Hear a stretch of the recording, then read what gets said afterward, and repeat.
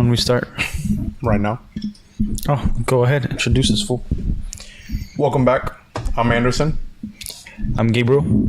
and we're here to talk about Game of Thrones again for like the third time. Well, you guys are gonna hear a lot about Game of Thrones because I'm watching House of the Dragon right now, but he's on Game of Thrones, and I'm trying to keep up with him.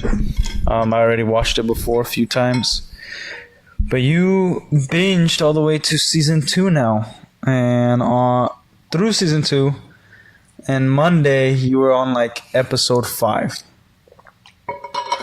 Okay. Yep. So let's recap season 1 of how like what rating would you give season 1? The writing, scenery, everything. Like the max I'd probably give it would be like a 6. A 6? You think so? Too slow for me. Like it's a very well set up and everything. It's just really slow. Is it because like the politics and all that? Yeah.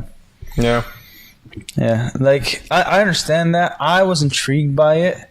I get that the pacing isn't as palatable to a lot of people. For sure not. There's some things that could have been done faster.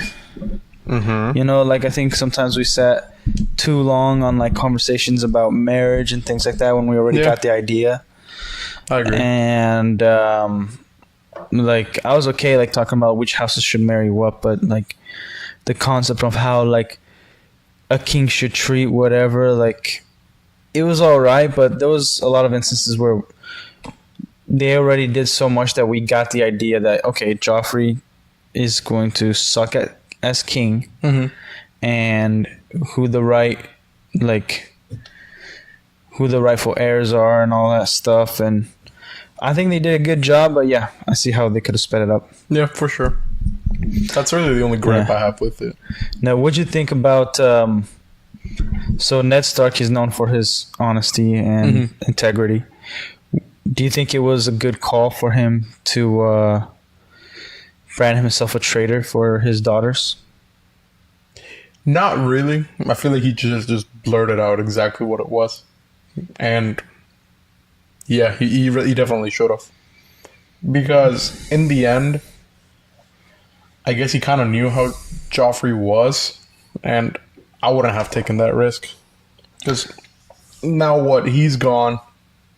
And so his daughters would be in even greater danger because they're now left alone without him. Yeah, I could see that, but I think also the big problem would be if his like what Joffrey would do to his daughters. Like he saw the queen's attitude and reaction and like how they treated him, and like all his supposed friends betrayed him, right? And there's nobody loyal to Winterfell. So as a father, I think he did the right thing in terms of like, you know what, I'm not breaking my honor, but to live to fight another day to keep my daughters alive, that's what I can do. And he'd have to go to the wall and abandon his family, but that a lot of things can take place from then on. Like, yeah, you're devoting your life, and that's what he would do. And obviously, I don't know. Well, not obviously, but maybe like they could have visited him. But yeah, Joffrey. I think it was a good gamble because he got the information that Cersei would have him on the wall. Yeah. And everybody was on the same page. And Joffrey at last minute was like, nope, I want to be cool. I want the people to fear me and understand that I am going to be a harsh ruler. Whether he understood that or not, he did what he wanted. He didn't like being counseled and told what to do. Yeah. And then boom. Because as soon as he said like, no, I'll have his head, everybody from the small council, everybody got together and like talked to him. Yeah. Oh, do you know if it's echoing or not? Didn't really do a sound check. But nope. Should be fine. Yeah. But anyways. I honestly don't know why theirs was echoing. Yeah, like yeah, I think it was okay. It sucks that like I would have loved to see Ned for at least multiple seasons. Mhm. You know, maybe Let me check if it is, just in case. yeah, like I think it was interesting to see that it's just brutal. Is it okay? No. Are we good? Like how brutal it was, and that I was fine with. Now something I wasn't like aware of, not like just skipping ahead. We'll come back to season one. Both House of the Dragon and Game of Thrones, episode 1 of season 2, both killed children. Yeah. That's insane to me. Like why? And I guess I take back that House of the Dragon wasn't like that part wasn't as is more cruel than anything Game of Thrones did. No, Game of Thrones did, I would say, probably worse. Because I don't remember that. I didn't register that. Like the guy holding the baby by the baby's ankle, and like one of the Kingsguard just grabbing a knife and like as they held the baby, that was insane to me. You know, like, ugh, I hated that. But it is what it is. Yeah, so just know that episode 1 of season 2 of House of Dragon and Game of Thrones, I think I felt the impact more on House of the Dragon because it was more intimate. It wasn't like this music and all this, you know, trying to find all the heirs and stuff like that, you know, and it didn't have a lot of people around. So maybe that's why it had more impact, because we got to see the eyes of the kid and like everything and the implications of cutting. And it stayed longer, so I think that's probably why. But season 1 of Game of Thrones, I think it's episode 9 that he dies, and I think not in all of Game of Thrones, but one of my favorite characters is Tyrion, not Lannister, right? The father, right? No, Tywin. Tywin. Okay, well they're both one of my favorite characters, but Tywin, his introduction, I think is great. Like him skinning the elk and talking to Jaime sets up everything his character is. He's loyal to family, legacy, and like he is harsh but fair, and he's very smart. Like he knows exactly what's gonna happen, and he sends off Tyrion in his place in the Name of the Hand. Like even though Tyrion, at this point, we think that his father hates him, and you know, when we see him, it teeters the line where like we're not sure if he hates him or not, but he probably hated him at some point because Tyrion is acting like a child at times in front of his dad, but at the same time he is smart, and he notices that. He's like, "Hey, you were correct. I will send you in my stead." Like Joffrey killed Ned Stark. Now it's gonna be hearts broke for peace, because even though he has the greatest army and the greatest wealth in the Seventh Realms, he knows how much not only is it going to cost, but like what's better for the realm is to have peace and not war.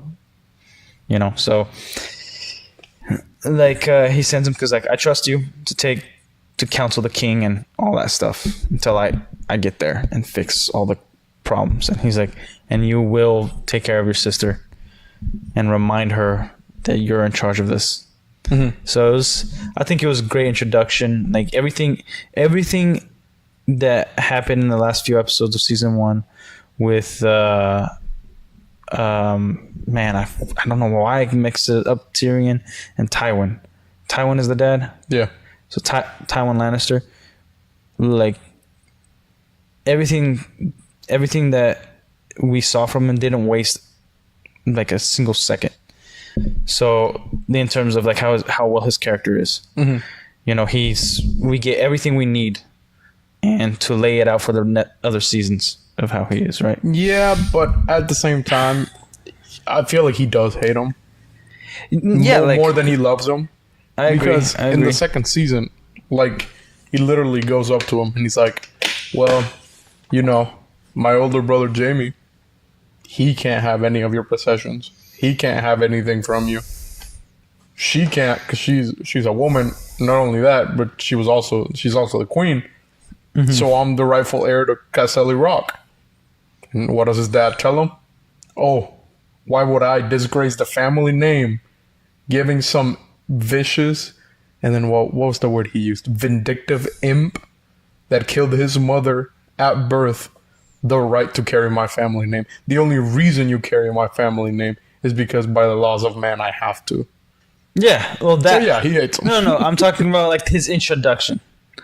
Like, I guess. Yeah, you kind of like, all right, maybe, and then we get confirmation in season 2. He appreciates that he's smart for sure. Yeah. But that's about it.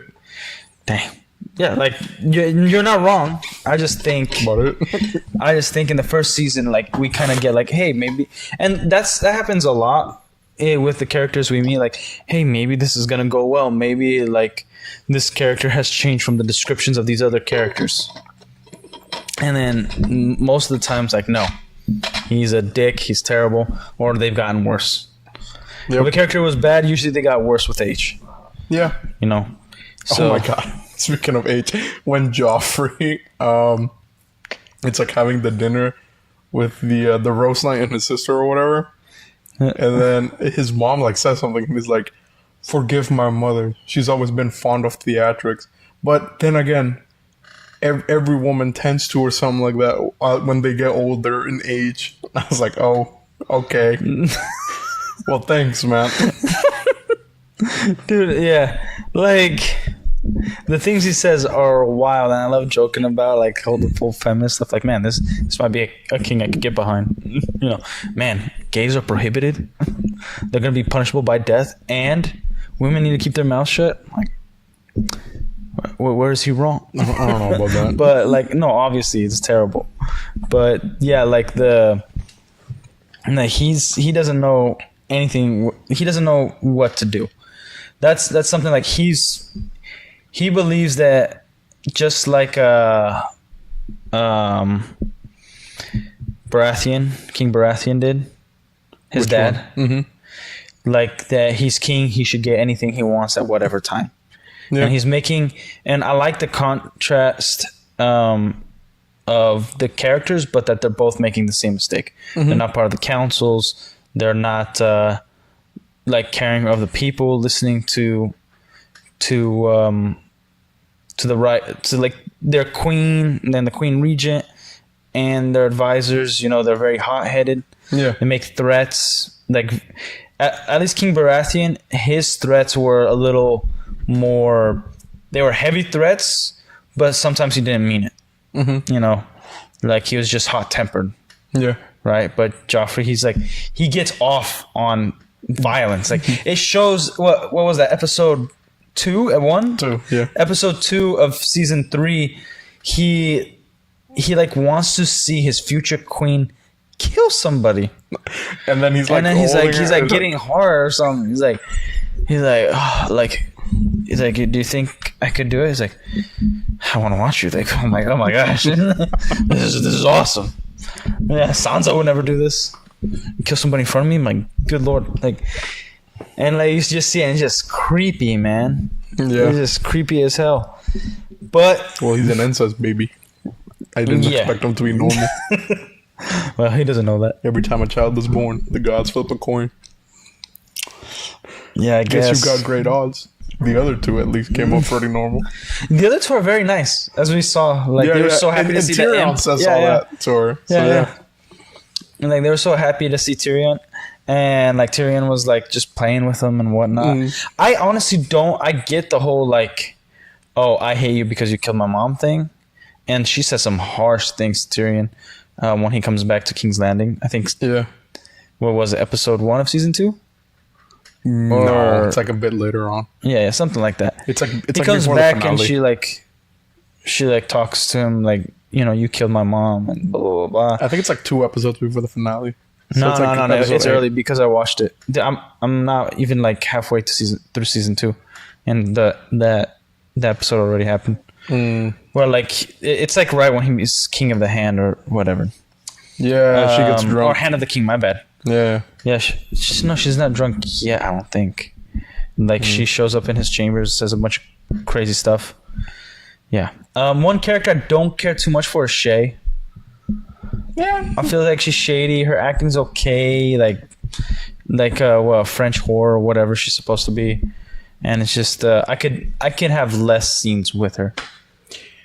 I don't know. You know what I I guess I guess like nothing is being done enough with her character Yeah. for her to be that interesting. well, it's like Not I yet. like that it brings out Tyrion's character, Yeah, but for it's sure. not really doing that much anymore. Like it did in the beginning in season 1, where like they first meet, and then Tyrion is able to do his monologue of his how he died, how his mom died, and the cruelty of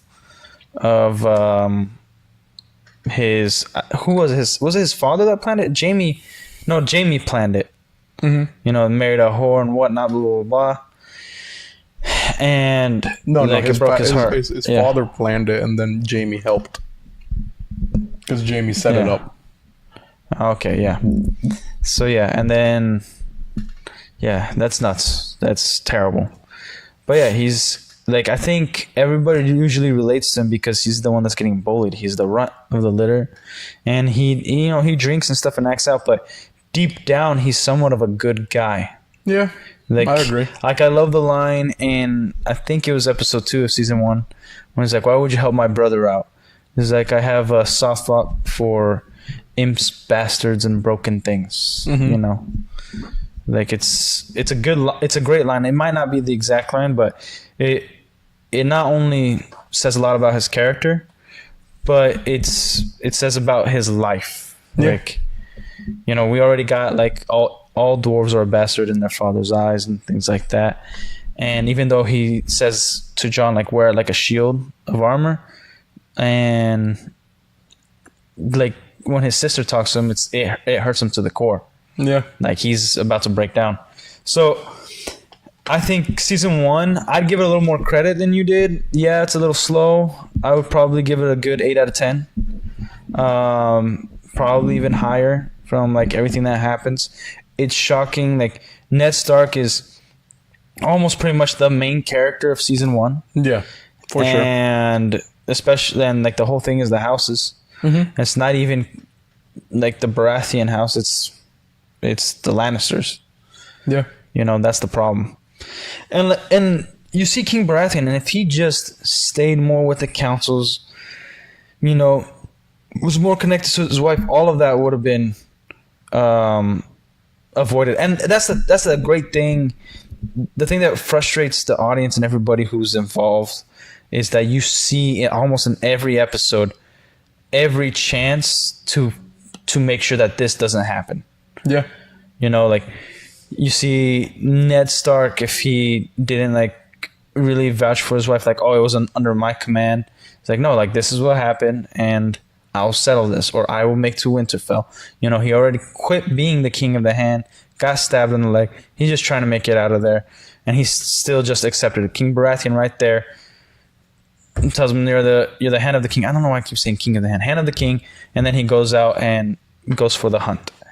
You know, and it sucks the way he died. He's like, and he knows he's not gonna be remembered well. He's like, I'm the fat king that got killed by a boar. Like that's my legacy. Because his legacy was great before he became king during the rebellion. But as soon as he became king, he fell into depression, married somebody he had no clue who she was and didn't care for. And yeah, like his best friend had to go back to his realm, and he stayed in King's Landing and just kind of did that crap. mm-hmm. You know, lost his first kid. Yeah, Dude, like, so he just didn't care. Like, it was a time of somewhat of peace, and yeah, like there was nothing for him to do. Like, he thought he would be able to get everything. And I think those lines didn't just mean like get what he wanted. It means like the bad things that happened to him should not have happened. mm-hmm. Because that's what I got from out of it. Like, it wasn't just lines that he was throwing like, I'm the king gets what he wants. And you know, he didn't get his firstborn alive and all that. He didn't get the woman he loved, didn't marry her. Yeah, She died. You know, he didn't get to have fun with his friends and stuff like Ned Stark. He didn't become who he wanted to be. He didn't marry the woman he wanted. Like, it's all the stuff that happened to him that he didn't want while inheriting the kingdom. So, yeah, I think there was a lot of the dialogue was pretty much perfect. You know, other than maybe Shay, and I thought Shay was a season 2 character. Like I could swear she's a season 2. No, she's a season 1 character. Because remember, he goes to see his like his what, dad. last episode? No, before he goes off to war and makes it alive, where he gets knocked out with the hammer. It's like 2 episodes before that. Like his friend or whatever goes and steals her from another tent, you know, for him, and then they play the game. It's season 1. Like Shay and like I think certain things with Brandon Stark, we didn't need to see a whole lot of. Yeah, like it's cool that we find out he's a warg in season 3 and all that. But we could have got more of the warg stuff, or no, the same amount of warg stuff and less of his, like, you know, pouting about his mom and all that. Like, I think it was great for the Maester. I liked seeing him being like, no, he's a nice character, takes care of Bran, takes care of the people, you know, and it's teaching him to do more than just, you know, it was nice in certain moments, right? But yeah, so the season 1, I think good recap was that the Lannisters, small recap, the Lannisters and the Starks started a war, you know, by the end of it. Now, the reason being is because of Jaime and the Queen. They were, you know, fornicating. Bran saw. Then Bran's mom wants to get to the bottom of it. Like, how did he fall? What happened? They saw something they shouldn't have. She dug deep. She did what a mother should do. Go after the problem and, like, you know, do what she did. And then because of emotional choices, things start to unravel. She trusted Littlefinger. You know, they grew up together, but he's in King's Landing and he's also in love with her. That his information about the dagger, now his information is correct. You know, that was Tyrion's dagger and everything. But yeah, like, she didn't even think that through because she was so hot-headed. She's like, yes, the Lannisters finally, we got it. Like, she wanted to get them so bad that she didn't think it through. Like, yeah, why would the guy who's paying for the assassination, arm them with their own personal weapons that could be traced back? You know, and he makes that point. And I think it even proves more of his point, him saving Lady Stark instead of trying to get away. Like, at that point, she knew that, you know, she probably has the wrong guy. And she didn't get any satisfaction from Jaime because Jaime didn't give her the reason why. It wasn't just enough for him to confess because, like, yeah, I pushed him. He's like, but why? He's like, don't worry about it. Like, you don't need to worry about that. You know, and it freaking sucks. But yeah, so I really do hope he gets put back in the prison camp. Jaime Lannister? Yeah. Well, with that episode, so episode 2, yeah, like, how are they both gonna fight off, like, all those men on horses? I don't know. The show kind of seems like it might pull some bullshit like that. No, well, like, other than magic, I haven't seen any bull that they could mess with. That's like, oh, we're gonna, like, even like Arya Stark, like, yeah, she was getting trained by the guy from Bravos, and she pulls out the sword, like, I've been trained by my brothers, and in less than a second he disarms her. Like, I guess, hail to your brothers, you know, like, toast. Because it's like, yeah, you're nothing, you're still a little girl and you're trying to fight grown men. It's not gonna work out for you. It's like, so stop being like this all tough bravado kind of bullcrap. And that's what the guy was teaching her. Now, from how it ends, I'm not going to say what actually happens, but from the prediction of how it ends, just for you, like, they don't let her go. Because, like, what are you doing with, when the Hound sees, like, what are you doing with the Stark?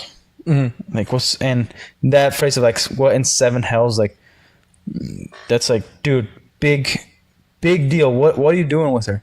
Because first it's like, okay, like these men probably need money. Yeah. Super great to barter off. They can like there's the what's it called, the Brotherhood of the House of Brothers or something like that. I think it's just the Brotherhood. The Brotherhood. And they so they don't really want to pledge to any house. Yeah.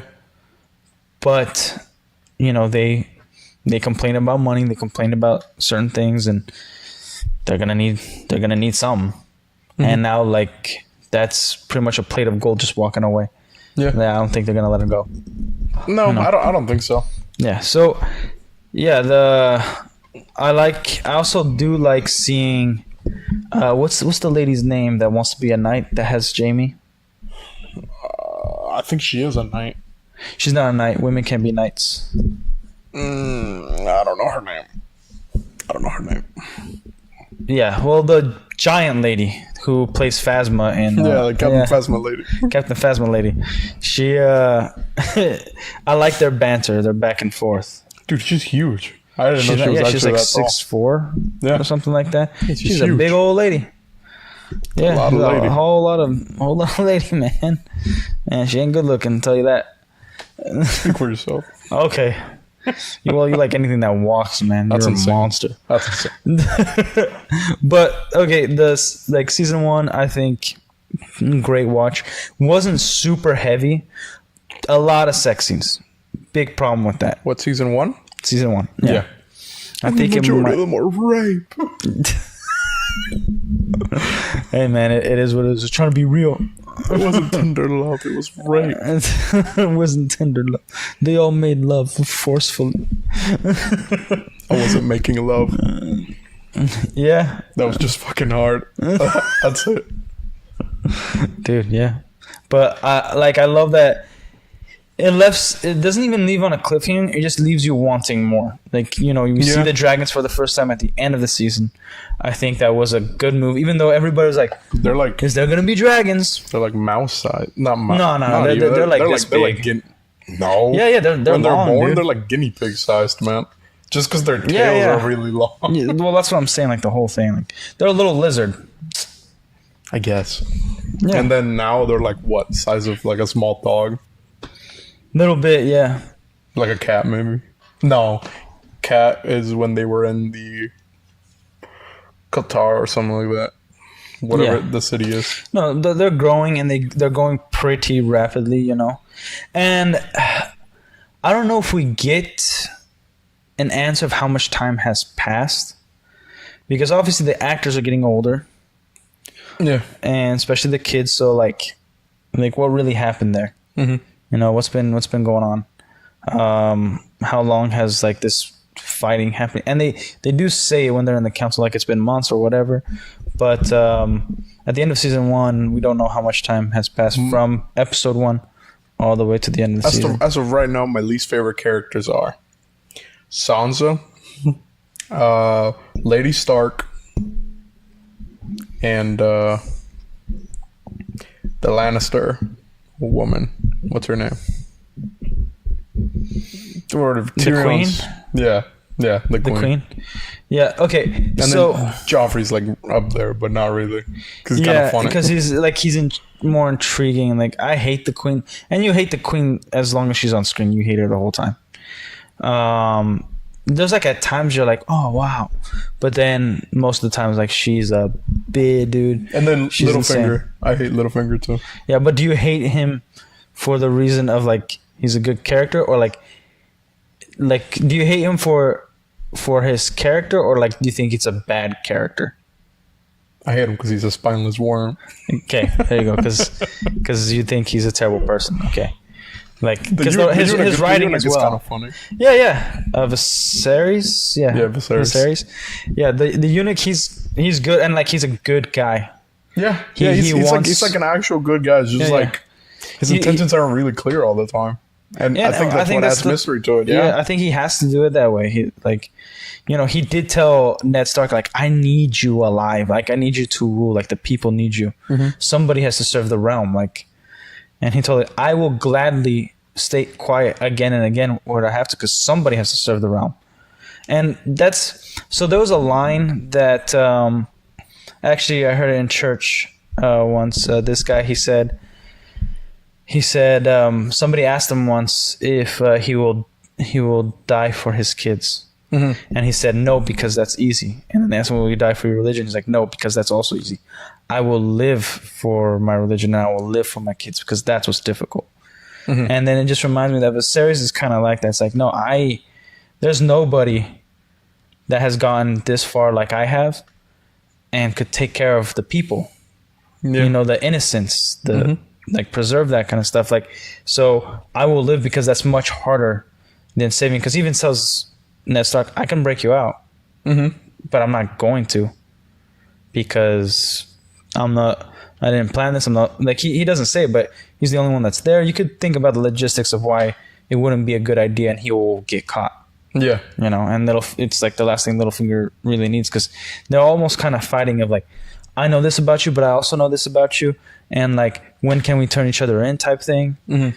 So Sansa Stark, for me, I think she always kind of is somewhat of an annoying character, but you feel bad for her because... No, yeah, I feel bad, but it's like, still. Like in season 1, I completely hated her. Yeah. But she's also a child. She's like 13, 12, or 14 or something. And she like hasn't even had her period. You know, she's a child. Stupid child. Yeah. So things would have played out. Actually, that's even one of the things. One of the reasons why they haven't married each other already is because she hasn't bled. Yeah. Because so that he can put a baby in her. And if that happened, possibly like Ned Stark would have been a very different thing. Because it's like, okay, like your father, you are my queen, and I can't just kill your father like your father did. Mm-hmm. I think there's going to be a whole different different politics around that. Yeah. And what were but she kind of becomes a little more endearing, and I think she goes through a lot of hardship, and she becomes better. Like, you see that she's scared. Yeah. I think her character to me represents a lot of not the audience, but the characters, like the people. Mm-hmm. And those who already know Joffrey, like everybody fears him. Yeah. You know, and she doesn't know who to trust, but it's almost like she has to like let it out. So when she tells the lady of whatever, the High Garden or whatever. Lady. Yeah, the Rose or whatever, like that crap. When she tells him that, like, he's a monster, it's like that's all she could get out, because she doesn't want to say more. Yeah. Yeah. She's like, please don't make me, and she just says he's a monster, and like that's all I can really say. Yeah. You know. And then Lady Stark, I think she's stupid, and it's all her fault. And I hate her. Okay, with the Jon Snow thing, it's true, but in all intents and purposes, she was a good mom. She was a good wife, I guess, and she knows the politics. Like, she was pissed at her son when he married this chick that he shouldn't have married. Like Robb Stark made some grave mistakes of not listening to his mom.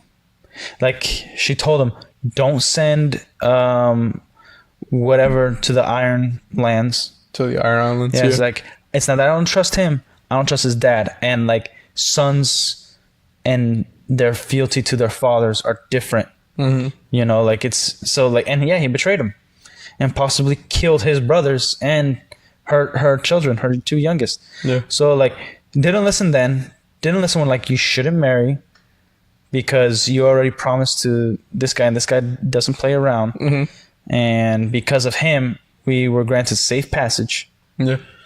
And we couldn't have this war, this semi-rebellion without him. Mm-hmm. And you're indebted to him.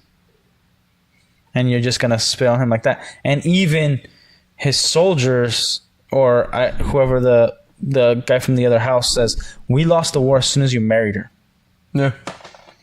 It's like that's him speaking freely, and Rob is kind of getting over his head. He thinks, and he's become more prideful because of his victories and everything. Even though he has less men, and he's had loss, but because of his victories, and as time goes by, he's like, no, I'm the guy. I'm the man. I'm the king of the North. Like, it's getting to his head, and I like his mother's character a lot because she's a repentive character. Like, yeah, she failed to keep her promise, but she didn't stop protecting Jon Snow. She didn't stop protecting the kids. She did everything she could to save her husband. She, like, everybody's just kind of crapping on her. Like, her sister betrayed her, wouldn't help her with the rebellion, even though she's the one that wants the Lannisters dead. And, like, how's that not going to get back to her? Yeah. You know what I mean? Like, you try to kill the imp. So she like, I think she's I like she her also character let a lot. Jaime go. Yeah, like, she has heart. Yeah, but she's that's a like good a super person. stupid move. Yeah. So what's the context of the Jaime? You want to lay that out? Her letting Jaime go. She just kind of talks to him and then lets him go. Like, that same night that she asks why he pushed her son. And, well, she also does get told by Littlefinger that they have Arya and they had found Arya, and that was like the main point as to why she let him go, so she could get both of them back. And then never, not a single second, worried about her two younger sons up in the North. Not for a single second, because she denied going to see them twice. Yeah. That entire season. Yeah. And then they hear that they're missing. And they could be now dead. Because she thought it was solid. Like, the fighting is over here. Like, dude, the Iron Islands was a fluke. Like, she thought the worst that would happen was, like, that they would side with the Lannisters, but they went straight to Winterfell. And it's not something that you could kind of predict it, but she's not like a warlord. Like, they left enough men there. It's nobody goes to Winterfell. It's freezing up there, and, like, yeah, she should have probably gone to see her kids. But she also saw all the mistakes that were happening, and again, it's a character mistake. I don't think the writing, it was writing like she got her daughters to a man she trusts. She doesn't know that Littlefinger betrayed Ned Stark. Nobody knows other than who was there. Yeah, I guess. And it's like, oh, like, the guy I trust is bringing me Sansa and Arya, so we're good because he's always delivered, right? And she's like, you know what? Fine, time to let Jaime go. Like, she should have. She should have waited and. She should have maybe told Rob. Yeah. So it was big mistake. But also, it's like, well, Rob is also not listening to me, and she keeps warning him time and time again to not do certain things. So I think part of it has to do with both of them making these mistakes, both of them not trusting fully in one another, I guess. and thinking better than the other. Now, that's mainly Rob's issue, not really hers. That issue became more apparent as he kept fighting with her every time she tried to counsel him. Yeah. Because she's also his son, but also she was there during the rebellion. She saw the politics, everything.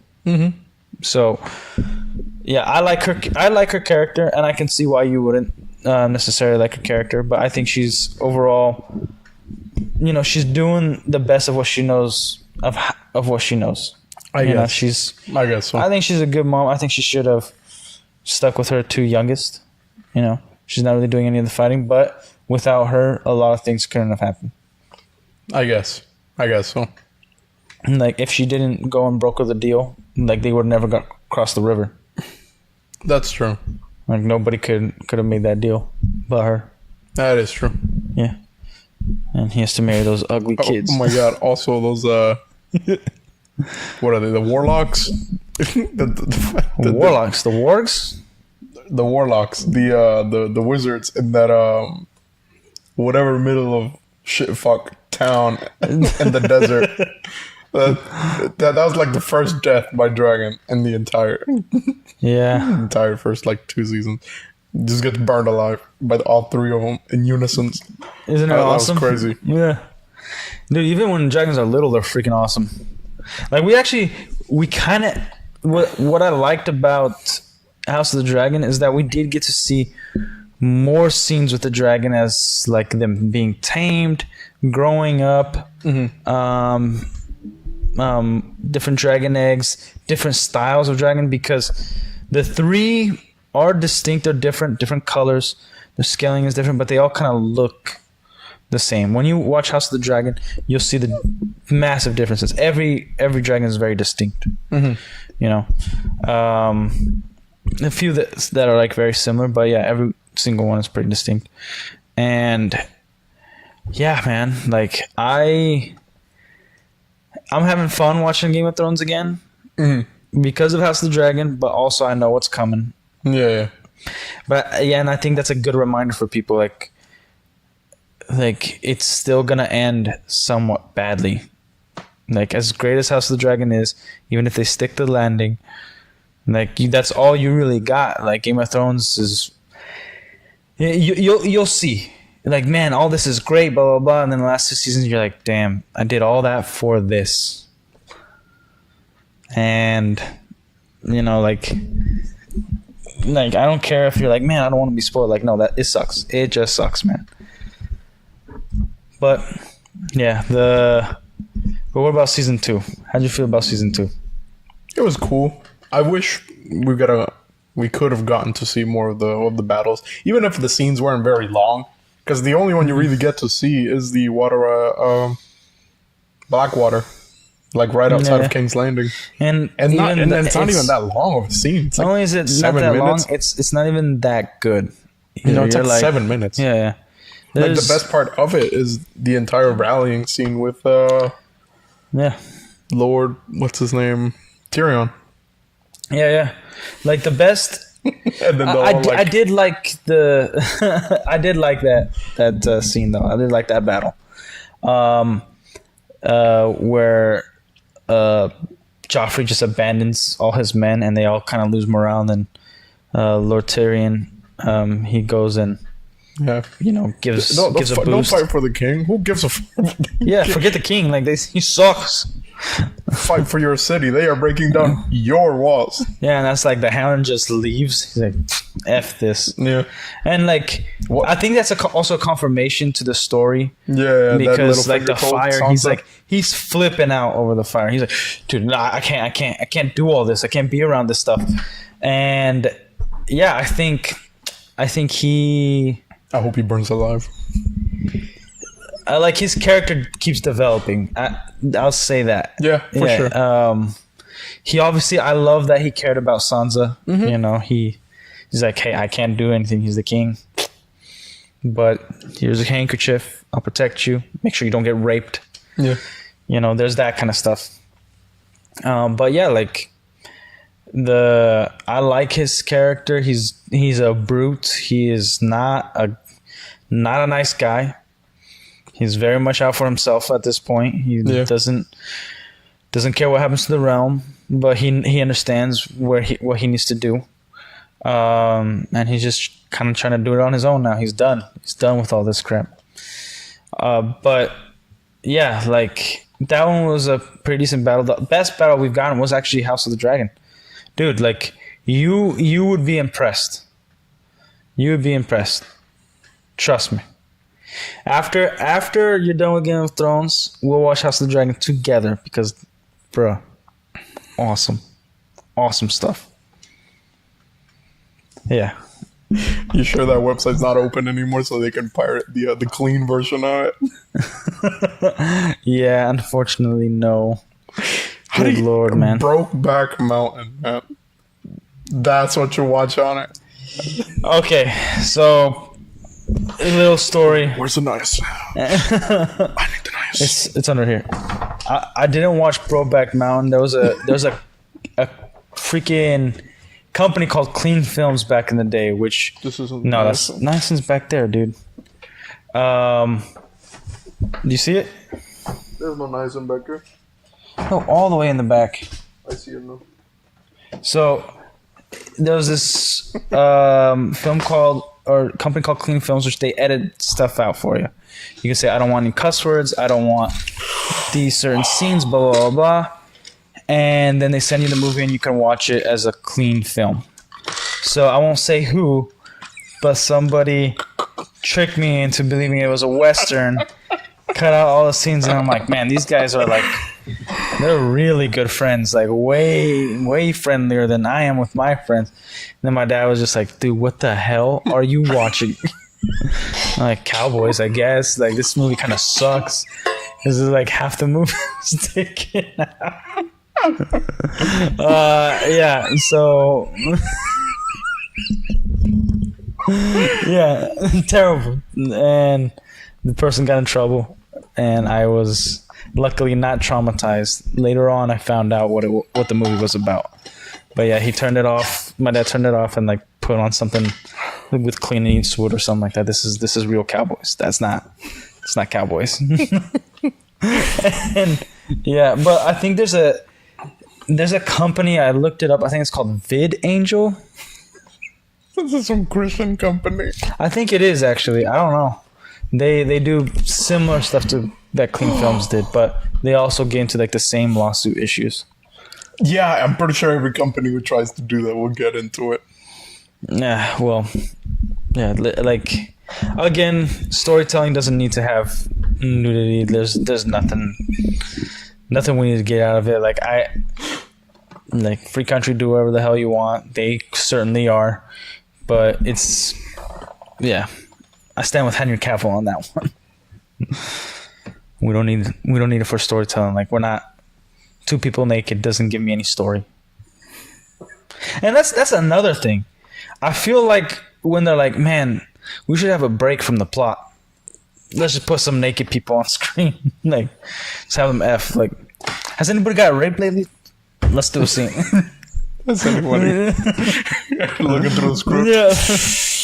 Oh, man. I don't see enough rape in this.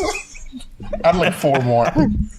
They call George, hey, can you write a rape scene real quick? She's like, dude, I have like 30 in backlog. Dude, like, George R. R. Martin, one thing I'll say that he does really well. Rape? No. No. He does really well with dialogue. Okay. Yeah, sure. And he is a good storyteller. He understands the politics. Yeah, when he's telling but about man, rape. that guy is way too into the sexual stuff, man. This guy is a freak. No, don't worry. The dragons are coming. Dragons are coming. Anyways. Wait, what? They're coming how? Dude, you have to see the South Park special for that. Yeah, like, I probably you have to. Yeah. It's like 3 episodes at most. That's the next review. Yeah. Yeah. Dude, yeah, like, good lord, I don't want it. That's crazy. I don't think it's necessary, but it's just there. Might as It's not necessary. Like, I get that there's some things that and what I do hate is when they like put like important character developing dialogue. Yeah. That's because then I gotta be like, So I just like stare at the subtitles. Let me rewind that. What did you say? There's boobies on screen.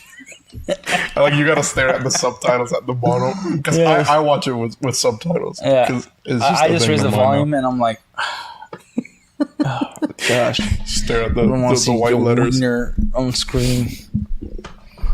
Yeah. Dude.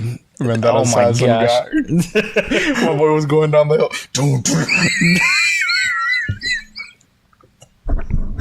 Dude, I I can't. was Like, I think it's funny that you missed the scene of Hodor. Dude, big like, old I white remember- dick just like remember- swinging, and it's like, what the hell? I checked my phone for like notification, and then I looked back up, and then he was like naked. I just seen his ass on screen. I was like, I missed something important, bro. Dialogue. Barely. Dude, I even the do characters laugh. remember that. Dick? the wild lady or whatever, she goes, "Oh, what you got there, big boy," or whatever. And I was like, well, what'd she say? And then Brad's like, "Go find some clothes." Yeah. I was like, "Go put some clothes on, Holder," and I was like, what did you say that for? Because big old winner right in her face. I think that's why I checked the phone as soon as it happened. Does he ever get to say anything else aside from that? You'll see. So like, what, he just says it with more emphasis? Okay. Well, it's not really a spoiler. So Wargs, as you can see, that he saw, he's like, "Oh, my dad."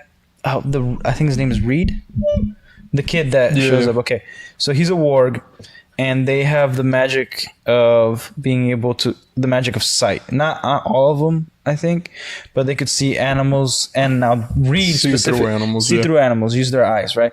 But Reed specifically saw in the past, which so far we haven't gotten any wargs that have done that. Mm-hmm. So he's like, "Yeah, my father never told me about the rebellion, but I got to see it." Yeah, and it's quick, so you can miss the line, but yeah, so he got to see the past.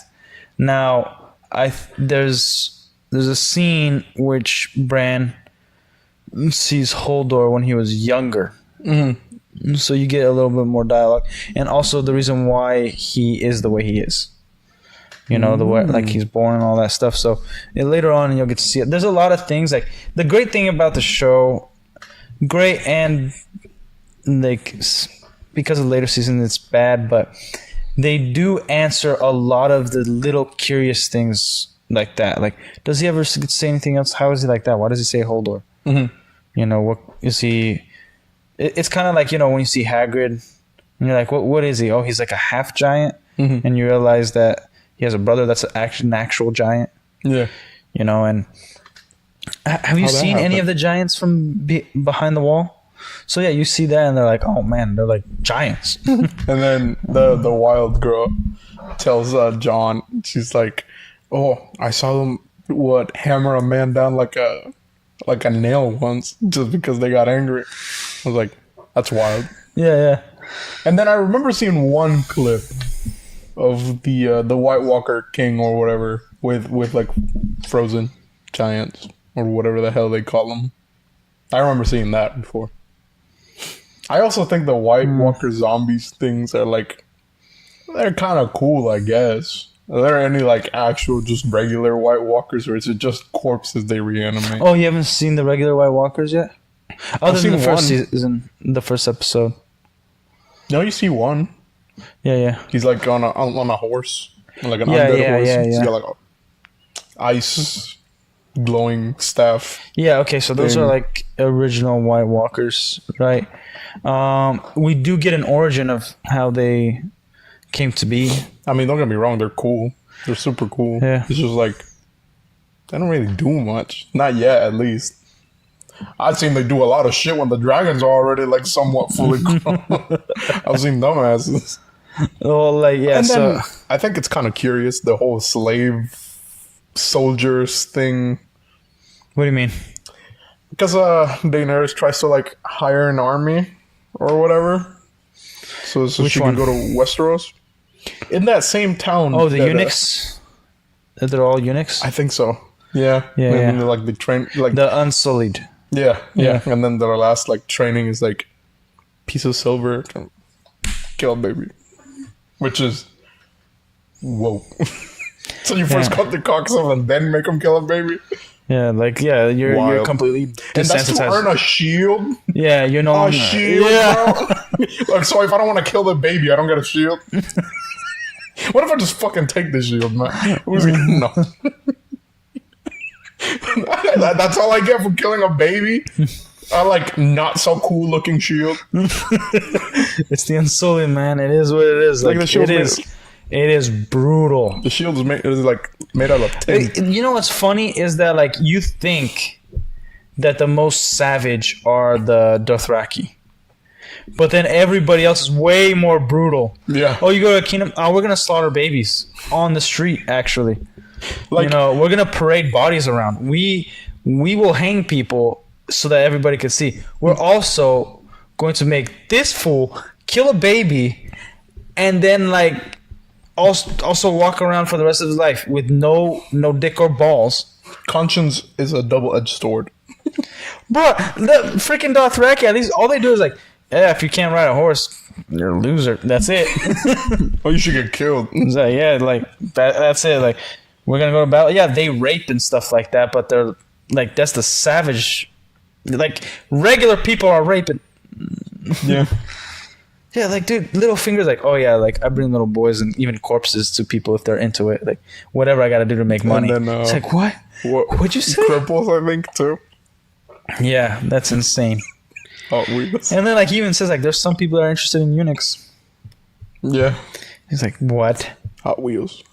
Hot Wheels? What? Hot Wheels. Cripples. Yeah, that was, dude. Honestly, that's like, as odd as the show can get sometimes, it's fun. It's fun. I like it. I like the designs. Like, The so Lannister far, armor did grow on me. yeah, so far it doesn't take you out of anything. Like it makes you feel like this world is real. Yeah. So far, until they get full retard, but that's a talk for another day. Yeah, but you're on fast track, man. You're almost halfway through the whole show. Yeah. That's insane. What, by Friday you're gonna be done with the show? No, I doubt it. At least done with season 3. You're in episode 3 now. Maybe like season 4. Is that all you're gonna? What time you come to work tomorrow? The morning. Oh, okay, cool. So I don't have to come in. No. Cool. Catch up. Dude, you're nuts, man. That's I got insane. this. Yeah, well. All those 12 episode season 1 animes that usually had a good story and then never got touched again prepared me for this. I would binge them. Even without the ones without the boobs. I remember when I found Overlord and I was like, I've never watched that one actually. it's kind of fun. I was like, man, this anime is awesome.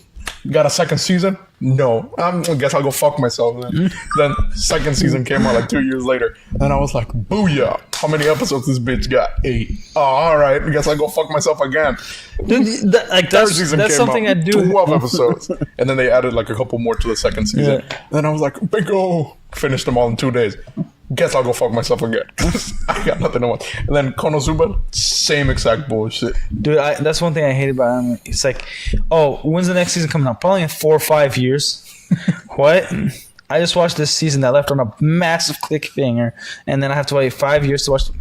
I don't got time for this. I don't want to be invested. Like, Demon Slayer is probably the fastest one, but even then, I'm like, I don't want to wait a whole year to 2 years for the season to finish, man. Yeah, because what? For like a new season. For me, Konosuba came out, when I first watched it, it was 2 seasons. And then I watched the OVAs in some very shady website. And then Yeah. the movie Probably came why out. I think that's probably why most laptops have crashed. It's because people keep like, man, Crunchyroll sucks at the time. Now it's good. I remember when Crunchyroll was a shady website. Yeah. They had a bunch of porn ads and stuff like that. You're like, what the I'm freak? I'm pretty here sure to they watch still anime. do from time to time. Now, no, they just have straight up like anime. That is, you know. And then, the movie came out. It got a release in theaters. Didn't see it in theaters, though. I think it was very limited release here in North America. Then again, it's also an anime movie, so. And then watched that, and then I was like, oh, man. And then they canceled the 3rd season. And I was like, oh, okay, guys. I guess I'll cry in a corner now. Damn. And then it came out, even though it got canceled, came out. Yeah. And then so I just like watched it. And then I haven't watched it for a bit now. So I know I've got like a couple episodes to catch up on. And then the Cooking Dungeon, whatever the hell Netflix is adapting. Cooking Dungeon. Like the one I talked about last time with the dragon, where I liked the explanation. Are they of how- adapting it to live action? No, to like animation, because it never got one. So they're like doing that. Dude, and like, here's the thing. I watched Game of Thrones and House of the Dragon because I missed something with dragons. Like, everything that we got with dragons, even like Braveheart, not Braveheart, Dragonheart,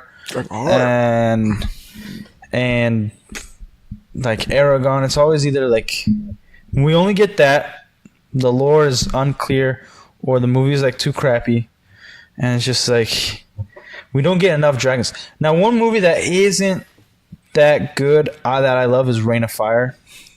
You beat me to it. I love that movie, man. Even though the third act like just kind of is really stupid, like at the end. Not the third act, but like the ending. It's like, oh, this. It shit itself towards the end. Yeah. And it's like, oh, okay. Yeah. But the journey to it is awesome. I love how they're like playing out the Empire from the Empire Strikes Back scene for the kids and stuff like that. Yeah. Because like the memories and all, it's so cool. And they do it like knights instead of the lightsabers. Yeah. And I think it was the best that we can ever get of like dragons in a modern era. I think so. The Fool has tanks and stuff like that, but dragons are just wrecking. Yeah. Yeah, and I did love that lore. Like, dude, it's feared. Like, they're in the sky. They will find you. They see better at night. All this crazy stuff. Like, I think that's the most lore we've gotten from dragons. Actually, probably not. Animal Planet did the special. Animal Planet did the special, right? If dragons were real. Good lord. Entirely goes through the anatomy, how their fire would work or whatever, when they would exist, how the myth was created. It is packed. You gotta send me this. I want to watch it. It is packed. Can't remember if it was a series or a movie. I saw it when I was very young. Of course, the animation now looks pretty shit. It definitely isn't in good quality at all. Dude, I used to watch those National Geographic. Yeah. Like, man, I remember one time I sat over at my grandparents' house and I like woke up in the middle of the night to the National Geographic, like aliens created the pyramids bullshit. I can't remember what the show was called. It was the History Channel. And then, no, Nat Geo had one. Nat Geo had an alien show. That's crazy. And they also had one about like Bigfoot. And then of course that was the first time I found out like Brazil had their own thing about it. And I was like, okay. And then I remember I used to be so terrified of that episode as a kid. Have not found what the series is called. You gotta find it, man. You gotta go on those obscure websites of yours. Yeah, play it on the store. No, like, dude. Yeah, I just love dragons. Yeah, who wouldn't? They're like dinosaurs, but even cooler. Yeah, they're so much cooler than dinosaurs. It's a T-Rex with wings. Practically. I think that's why people like Transformers. They also got dragons. Do they? Metal dragons, yeah. I only got as far as the dinosaur ones. The Predaking. Don't. Yeah, it's just a giant dragon. Yeah. And then I guess there's that one in The Last Night. The live action movie. That Merlin like goes up to. There was a meme actually that I saw recently that somebody was like, who was the better leader and like made you feel more, Captain America or Optimus Prime? And someone was like, Captain America was great and all, but Optimus Prime made me stand up in the middle of a movie theater, rallying my friends and wanting to fight the Decepticons. Yeah. Like, Captain America's speeches are good, but they're usually but not as good as Optimus Prime. Like, yeah, I was gonna say they're like good, but they're usually like, oh, do the right thing. We're here. And then Optimus is like, we shall fucking kill these motherfuckers because of this, and this, and because you are this, and you're better than they are. So show them you're better. Well, shit, Optimus. You should have said that from the beginning. Damn. How you have you've been losing all movie. You just had to say this and then you guys win? Dude, yeah. Optimus Prime. I'll get behind that dude any day. Man, it's such a shame we can't play the Transformers movie, the 80s animated one in the store. So 2 cuss words in the entire movie. What are the cuss words? Spike says shit at one point, and then I think he also says shit again, I think. Towards the end of the movie. Yeah, I gotta watch the movie. I'll determine it. You haven't seen the 80s animated Transformers movie? No, I have. But like when I was a kid. I rewatched it recently because Devin lent me the thing. Let you know what thing? Yeah, DVD. Oh, he has it? Awesome. Awesome movie. Love Grimlock in that movie. Man, I gotta watch it, dude. Like, I miss, like, those old type of cartoons, dude. Yeah. Like, that's why I gotta rewatch Gundam again. Which one? Just from the beginning. I feel like it's been too long since I watched Gundam. And I don't get me wrong. I know the new stuff is really cool and all, but I just love that everything's actually hand I drawn. haven't seen anything of the new. Hathaway. I haven't seen Hathaway. Devin told me it's pretty good. Yeah, so has Dom, and then I don't trust Dom. I hear them two saying that it's good, Yeah. but I'm like, Dom, if you're watching, dude, you like The Witcher. That's not gonna fly. I played. That is something that I kind of wish The Witcher had. Dragons, and that was the only reason I watched The Witcher is because it dealt with medieval. It That's does at one point in the game. They're not really prevalent. Yeah, I know. I've known. It's not even I haven't read alive. the novels. A lot of people told me that have read the novels. It feels like they stole from a lot of other fantasy like stuff and they just kind of combined it, and it's very basic. That's Skyrim. You get to see a dragon not even 10 minutes into the game. Let's make a movie about Skyrim. That'll be a very long movie. Okay, a show. My bad. Yeah, that could work. Yeah. I mean, Fortnite got a skin. Why can't I get a show? Dude, yeah, like we need more dragon stuff. Dude, we should write something. I have to tell you about some of the new lore I wrote.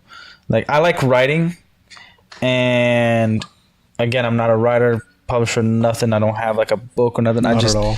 like developing stories and having backgrounds. Like, I have a outline, and I have to tell you about it. I told Eddie about it, and because I was trying to like see it, like if it's good and whatnot. Like, I have some ideas, but yeah.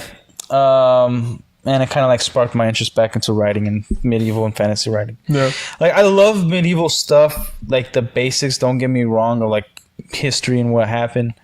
But I love fantasy way more because I could just take all that history and combine it with magic and dragons and stuff like that. Before we continue that, Yeah. I'm going to take a piss and I'm going to ask you a very controversial question when it comes to fantasy for a lot of people. But, yeah. Ooh. I'm going to let you dwell on it. Well, yeah, like, I mean, I think it was Lancelot, the movie that I recommend. Did you watch it? How'd you like it? I love it. It's so basic, so basic. It's a nice little movie. Like, premise of the movie, first, man, what's the actor's name? Sean Connery is King Arthur. And if you know Lancelot, it's you know the story.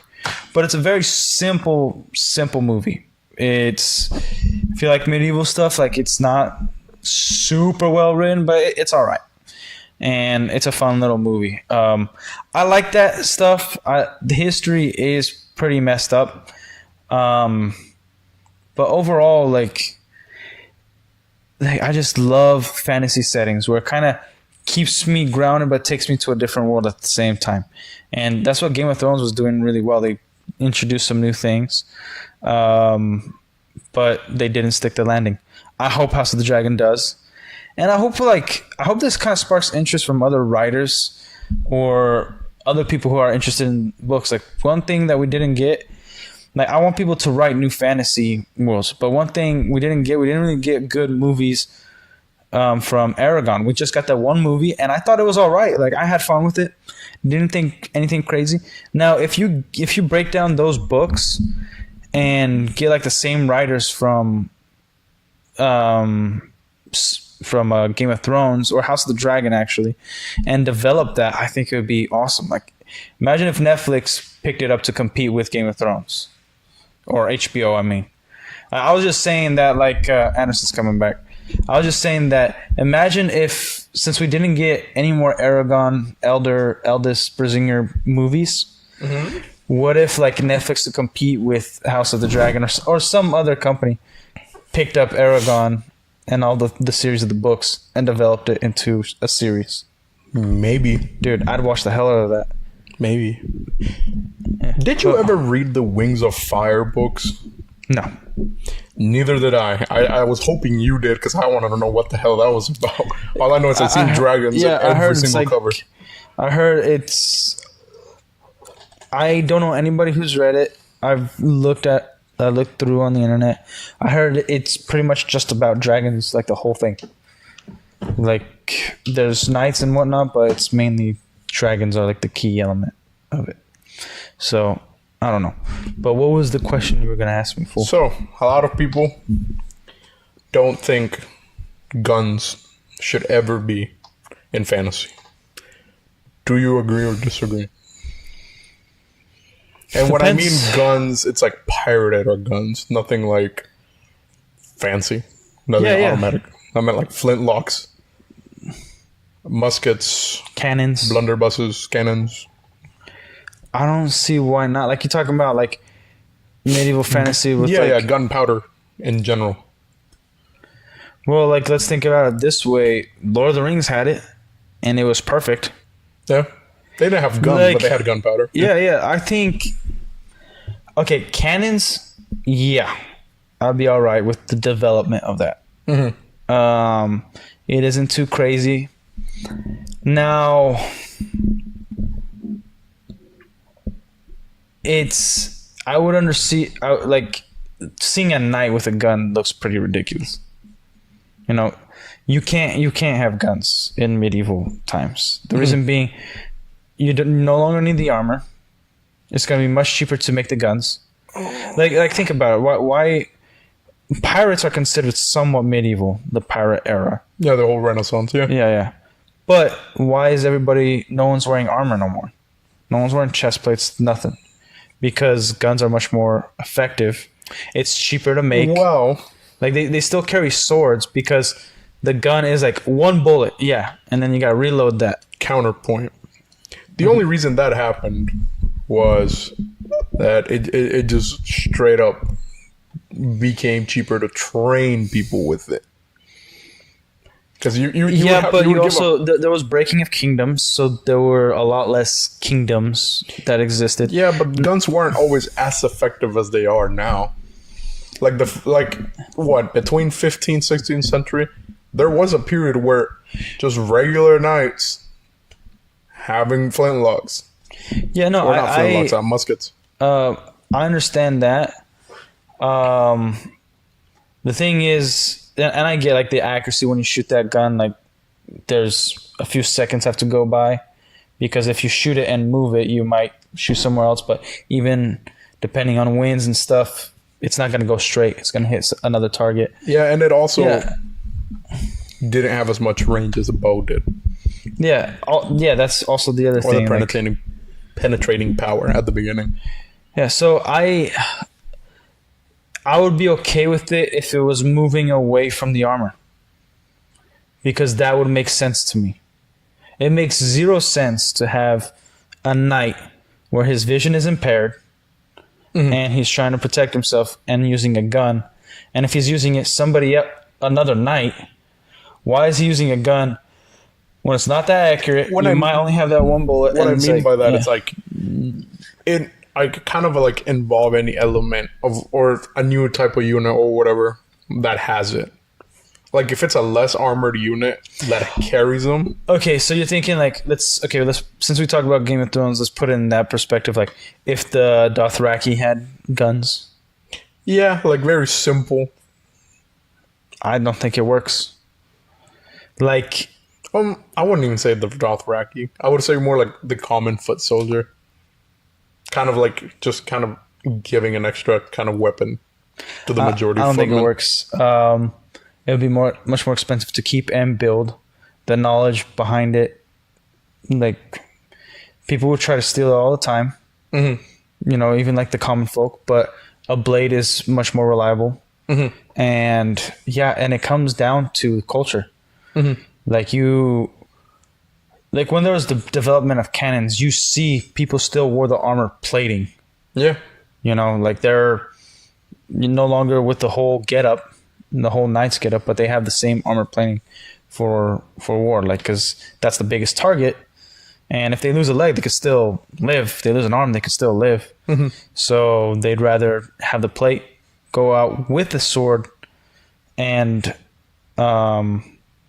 a gun. Because I know usually But England, I think if you're going to introduce guns in fantasy, it has to be moving on from something. Mm-hmm. Now, cannons, I'd be okay with that development, and then it would make sense. Like if we have cannons, can we make this smaller? But in a world with magic, can't work.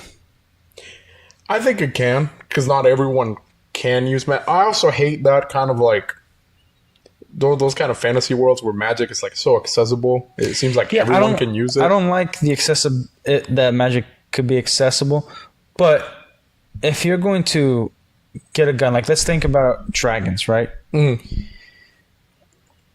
Like if dragons existed, cannons, the development of cannons, explosives, that kind of stuff makes a whole lot of sense. But also, I think it'd be very hard to develop, and very few people would have the knowledge. I agree with that. I think it depends on what kind of story you're trying to write and where you're going. I don't always like seeing a story that like takes place in medieval times and then going down through the years up until like modern times. Like one thing that, even though it's a crappy movie, that I did like seeing, X-Men Origins. It showed them like fighting the Civil War, then World War One, World War Two, this kind of stuff, all the way till, you know, like what is it, 1960s or something like that. So it showed that, and then development and progression of culture and fashion and all that stuff. Yeah. So I think if you're gonna write a story, it's probably doable, but a lot of things have to, like dragons can't exist no more. So you have to kill off big beasts, creatures that are not that are a fantasy-like creature, monsters, things like that. Like I think that's why guns work really well with the supernatural elements. You know, like there's still witches and vampires, and you know those eras, they have guns. It's medieval, but it's not a medieval dragon type fantasy. You know, there's potions and elixirs and witches, but there's not like sorcery. I don't think guns would change that drastically. Anything. Because I don't see why anybody would use it. It's a farmer's weapon. So really, like it's like legitimately cutting down costs. So how many bullets would I don't think it would be cut down costs. Because how long does it take to train an archer? Yeah, it takes a while, but it takes years. Yeah. To fully train an actual archer. Yeah. It takes 2 weeks to give a peasant a gun and send them out. And that's usually why we moved on from that. No, yeah, I agree. But if you're putting in a world where there's, again, these incredible beasts that will die by a sword because it goes all the way in, you know, even like these giant bears, dire wolves, dragons, like centaurs, you know, usually like dragons are usually like excluded from that conversation, because usually their scales are like if you're talking about land animals, still like even today's modern weapons, not all of them can kill a grizzly bear. You know, people to this day will hunt a grizzly bear, and some even prefer to hunt with a bow and arrow, which is insane. And there's guys still to this day that like they hunt with spears, and they've killed grizzly bears with spears. You know what I mean? Yeah. So it's like the civilized progression makes sense, but a farmer in medieval era getting a gun, yeah, maybe he would have it, but he would like use up a few shots, and I think he'd still train as an archer or as I'm just saying, is it really that big of a problem for it to be there as an option? I think it is. I think it's a big problem. Now, like when you read about history, how it started, the Vladimir the Impaler is the first one in recorded history that used hand cannons in actual combat. Where he's surrounded, and the hand cannons were the ones that like pretty much a big cannon and then the pump, right? So he's the first one in recorded history. I think it made sense, but even then, they used it like a few times. It was still expensive. They didn't know all the science behind it, and it was faulty. It can still blow up. Yeah. So I would understand like making the cannon, and then what's the things that swing and like throws rocks? Trebuchets. The trebuchets would get destroyed. And then only cannons would be there. Well, cannons are usually made to break the walls, not break any defense thing. Well, I think most people, they'll probably use the cannons for dragons. I guess so. Yeah. I guess. Breaking the walls, yeah. But Yeah, I think cannons might have a place. Guns, I don't think so. I think it creates. There's a lot of logistical errors, like the cost versus cost of other weapons, the training, the training is definitely cheaper than any other weapon. maybe. Well, no, historically, yeah, it's cheaper. No, like I'm talking about a fantasy setting. Yeah, like, if we're basing it off like somewhat because we have to realistically. somewhat remove the realism to accommodate the fantasy setting, as in like, okay, we got kingdoms that they're training knights to fight on the sword, even with spears and axes, right? Because you're going to go eventually on hand-to-hand combat. Because we even see in the Civil War, like people will line up, shoot, and they're still coming at them. Yeah, that's why they have bayonets. And that's why they had bayonets. So it's like, oh, we're going to still develop a knife to put on the end of a gun.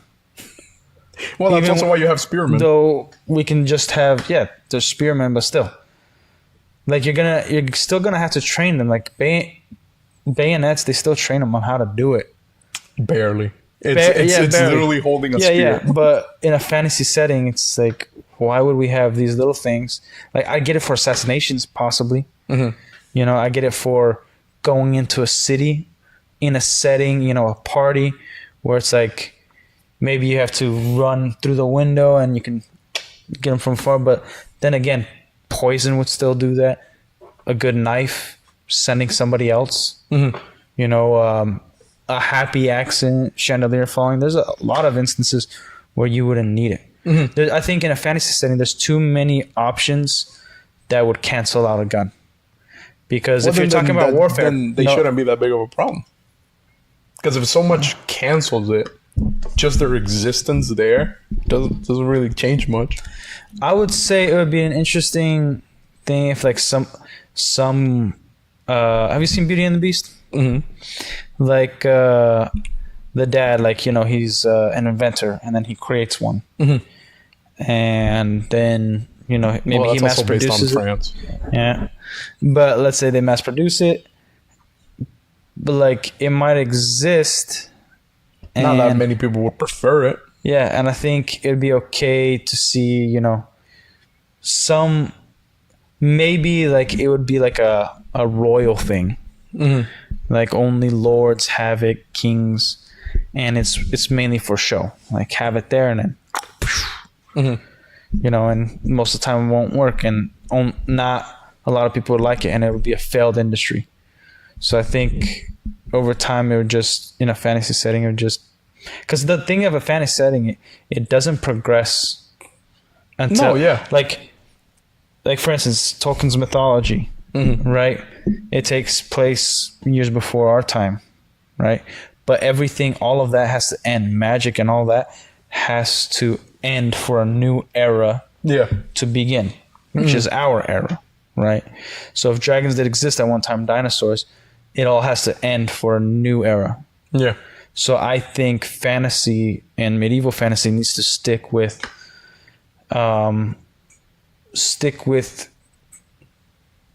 what already entails in it instead of modernizing it and adding those elements. I understand a fantasy with pirates. Pirates of the Caribbean probably did it the best. The curses, the unknown in the deep sea, you know, that kind of stuff. And you still have guns and you got swords. It made it work, you know. But like, it's also based on a real time period, so. Also based on a real time period.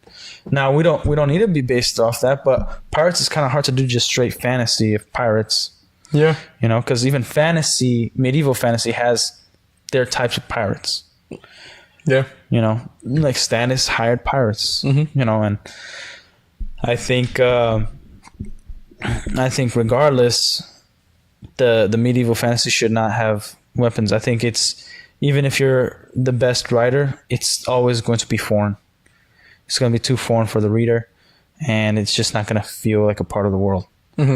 So you could attempt the writing. I would be very impressed if somebody managed to pull it off, but I don't see any way of working. Because you got to think about the logistics. What does it mean for that world? What kind of progression are they having You know, are they going to have trains all of a sudden?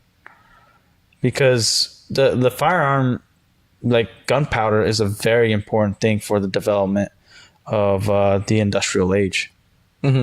So if we're gonna have all the way to gunpowder, that makes sense. But we're not gonna realize it's gunpowder. It's an explosive. Fire can spark it, and you know it can melt stone. That's one of the best explanations is in Tolkien's world. You know, and there are things obviously in the world that are explosive. You know, even back in medieval times, we just didn't know what to call it and what it was. Yeah. Right? That eventually can develop into cannons and gunfire. So, yeah, I think, you know, oil was a thing, and you enclose it and put fire to it, it becomes a bomb. Like if it has nowhere to go, it's going to put a lot of pressure and try to get air, and I guess, you know, like we understood pressure even back then, that if you put pressure to something, it can combust. True. You know, like they're not retarded like medieval times. So there's ways to create bombs and create man, even actually in Game of Thrones you kind of get to see it a little bit. No cannons, but how they make a bomb, it's very different. Or fire. Yeah, it's interesting. Traumatizing though. But yeah, I think guns, I think people just think like how guns would work with armor. I don't think they think too far, as in like what kind of development are they going into, what kind of homes, you know, is there going to be indoor plumbing, you know, this kind of stuff all comes with this type of technology, because it's, I guess, yeah, it's what are you going to do with the rest of that money? Like, what else can other inventors make? You know, what's the knowledge of if the earth is flat or round, or if there's even space or planets, you know, like where does the science go to? well, if you're taking the realism out of it, No, because the gun just sitting there isn't really that's not inventing how it that works. much. That's not how it works, because when you're writing a story, even if you have, oh, this is fantasy, so it shouldn't be real, but we're real. The audience is real. So there's some realism that is attached to each story. Like the reason why we feel like this Star Wars could have happened or Lord of the Rings could have happened is because there are laws that are played of progression, of science, that makes sense of the time that is being portrayed.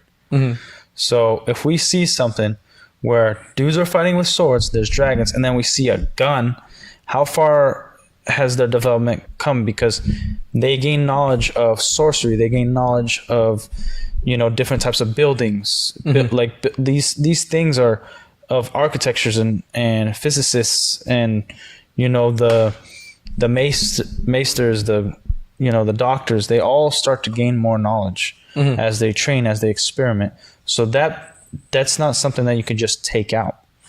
So guns, whatever you put in is gonna be, these little details are important to the story, because it's gonna progress towards something. So if you just write a story and you just willy-nilly like, yeah, we could put guns in there and we could write it to make it cool. Like, no, it actually becomes a billion times more complicated, because there's a lot more implications. What can you do with a gun? Who created the gun? How intelligent is that person? If they could find gunpowder and make it into an explosive, but also contain it, what else have they invented? What else have they experimented with? Because as you know, like the invention of a gun wasn't just like, I want to make something that kills things. Well, that was the invention of the gun.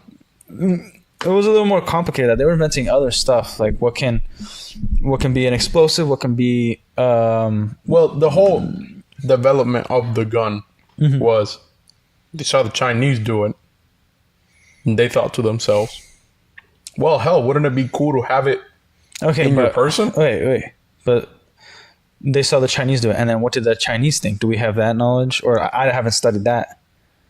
But most there's not very much knowledge on what Asia did with it, and then there's barely any knowledge with what Europe did with it. Yeah, but it's enough to know why they did it. But it's safe to say that like it might not have started with, I want to make something that kills something.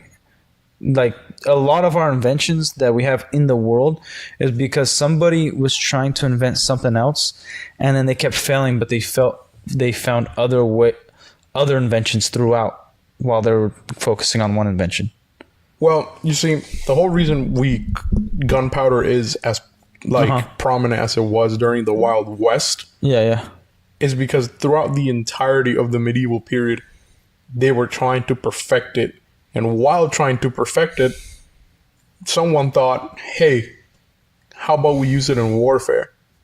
Okay, yeah. And because of warfare is that gunpowder advanced so much. Yeah, okay, so that's Because at some points, majority of gunpowder or gun history, the gun never went through armor. Yeah, well, like, people are intelligent. So, like, I don't know how to make a gun. Mm-hmm. You know what I mean? Mm-hmm. Those who made guns, have gun companies, or even back then in Wild West, they probably know how to do other things than just make a gun. You know what I mean? Mm-hmm. So it's like, okay, you make a flintlock, mm-hmm. you make a musket, mm-hmm. you do all these things. Mm-hmm.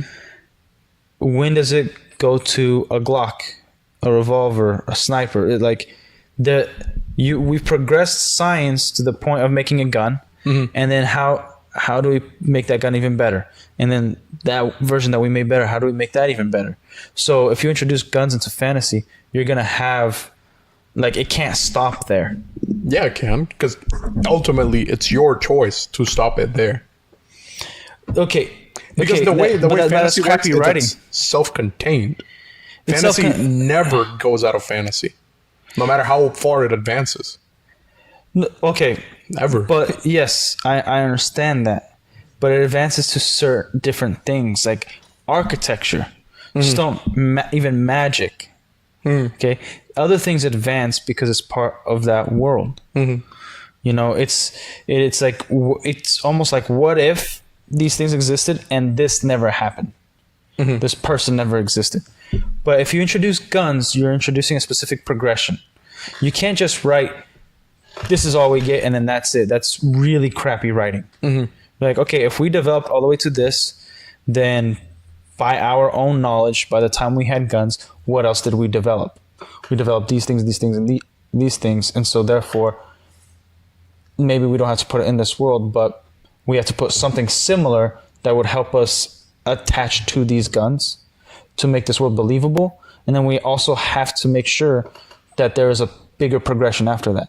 Because writing isn't just something that you throw out without thinking and be like, I could just end it here. It's not really your choice. Mm-hmm. You know, it's kind of like, remember when Disney forced Stan Lee to say, like, whoever writes who wins is how somebody wins. Like, they were acting, somebody asked the question, who's stronger, Doctor Strange, or like an internet question, who's Doctor Strange or Scarlet Witch? Mm. Could both deal in sorcery, mm-hmm. right? And then Stan Lee, it was obvious that Disney wanted him to say this, and it wasn't him. That was during the Disney thing? Yeah, because he said it years before, and he's like, well, whichever writer likes it best, because it ultimately deals with the writer, mm-hmm. which it doesn't, because if you make a certain power level, the Sorcerer Supreme, that title, you can't just have that title because it sounds cool. That title means something. Mm-hmm. That means out of all who deal with magic, this person is supposed to be the best.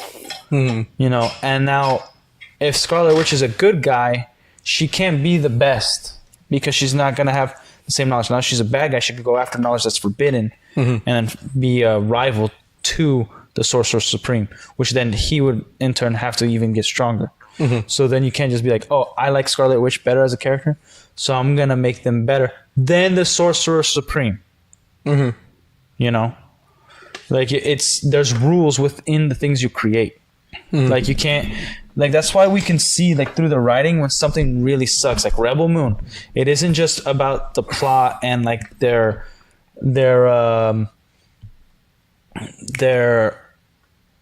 the characters and their stupid decisions. It's also like, how do these swords work? If these swords work, why aren't they working like this? Mm-hmm. How can this melt this, but it can't melt that? Yeah.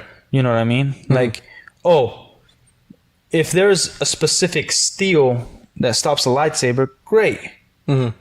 But then you're telling me that, like, it'll stop a lightsaber, but if it's forged this way, it's the same steel, it won't? Or you said it this way, but because of plot convenience and you need to progress to the next episode, it slices through this particular thing. You know, and then if this exists, why aren't they mass producing it? And then what's the reason for not mass producing it? Like, there's a spiral effect of everything you add, every element you add into the world you're creating, right? So if you keep adding things, then it starts breaking canon, continuity. You know, like that's the mistake that Disney is constantly doing. There's force healing. There's conjuring of babies. There's a bunch of crazy stuff now. Well, to be fair, Legends also did that a lot. Yeah, but they had very, very big reasons for it. Like, Cade Skywalker was the only one who used force healing. And then he would be corrupted by the dark side because it's something that's unnatural. And then he would get corrupted by the dark side. And it's implied that his lifespan would diminish. So he won't live as long. You know, and it could be so corruptible that he just becomes dark. And to use it, you have to also be trained to use it. And a specific person. It isn't an ability that's like capable to everyone. So it's one of those anomalies. Those are allowed. But it can't be something it has to be to a specific character. You know, like, that's why sorcerers are different. Like, a whole cannon from a person, that's that specific character. You know, like a magic blast or something like that. That would be an insane ability, but there has to be a downside to it for us to believe, like, because for us to believe that this world still works. Like, that's why this person is not king, or they have been cast out, or how did people, like, imprison this? There's a lot of things that have to go with it. So, like, that's why Star Wars, it isn't just bad writing; it's a confusing lore. The lore has to keep attaching. You know, it all has to come back. Now, individual characters can have specific abilities, specific things. Like that Bran, he's a warg. Now, was he born that way? Was it triggered and, like, the gods blessed him after he got hurt? Stuff like that. Like, why couldn't he see his fall beforehand? Did this need to happen for him to become a warg?